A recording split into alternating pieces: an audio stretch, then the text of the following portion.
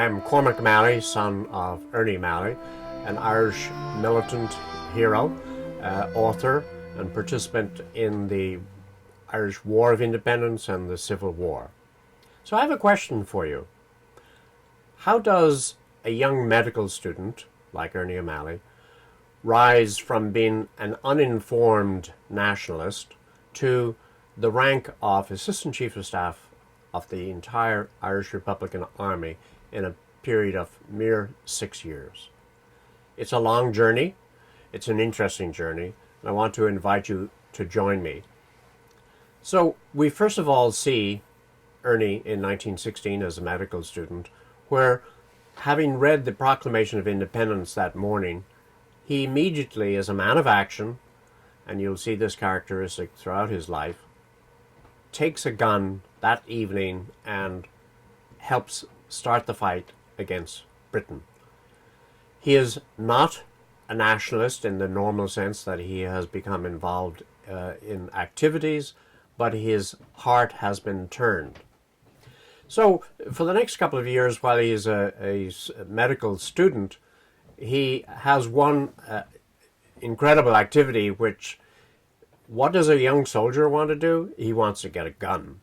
And so Ernie Malley dresses up in his brother's British Army uniform and walks down to the headquarters of the British Army in Ireland at the Dublin Castle. Walks in, asks for a permit to acquire a gun and ammunition. An audacious request. And yet, he is granted that. He uses the excuse that he's very concerned, he's back from the front, and he sees all these rebels around, and he wants to be protected. So that little story got to the attention of Michael Collins, who was the Director of Intelligence. And what happens when Ernie Malley goes on the run in early 1918 is he reports into the IRA and reports to Michael Collins.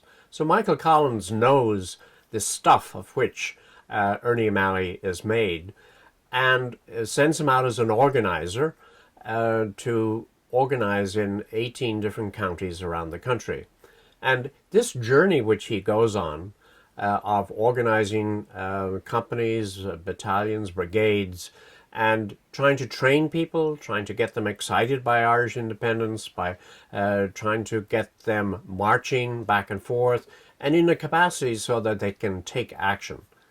He is in each county or each brigade area maybe 3 to 4 weeks, and then he leaves. So he doesn't know what the consequences are of his participation. So you see, this part of this journey is what actions he takes in each county. Starting off in Monaghan, he participates in the attack in February 1920 on the Ballytrain RIC barracks. He then goes down to Tipperary, participates in several there, into Cork. And you see throughout this period how this young fellow, he is still only 22, and he fights. He participates in breaking slates over the RIC barracks and pouring petrol down and having flames and being injured. He is captured. He's tortured in Dublin Castle. He escapes from Kilmainham jail, and he continues to fight. So he also is a big note taker, is interested in art, and you see the colorful character of this person who has a certain degree of tremendous integrity and not a particularly social person, but a commanding presence. And you watch his rise through the War of Independence, just as the rise of Irish independent spirit comes in trying to overthrow the colonial mantle that has been placed on Ireland for centuries. And so that results in the Anglo-Irish Treaty of 1921, which unfortunately leads to a civil war. But in any case, throughout that, you see an action of a committed person who is actively doing things with his commitment. So I want to invite you on this journey, and on a monthly basis we will be telling what happens in each of the locations that Ernie O'Malley participates in, and how his struggle, personal struggle, participates in the ultimate freedom of Ireland.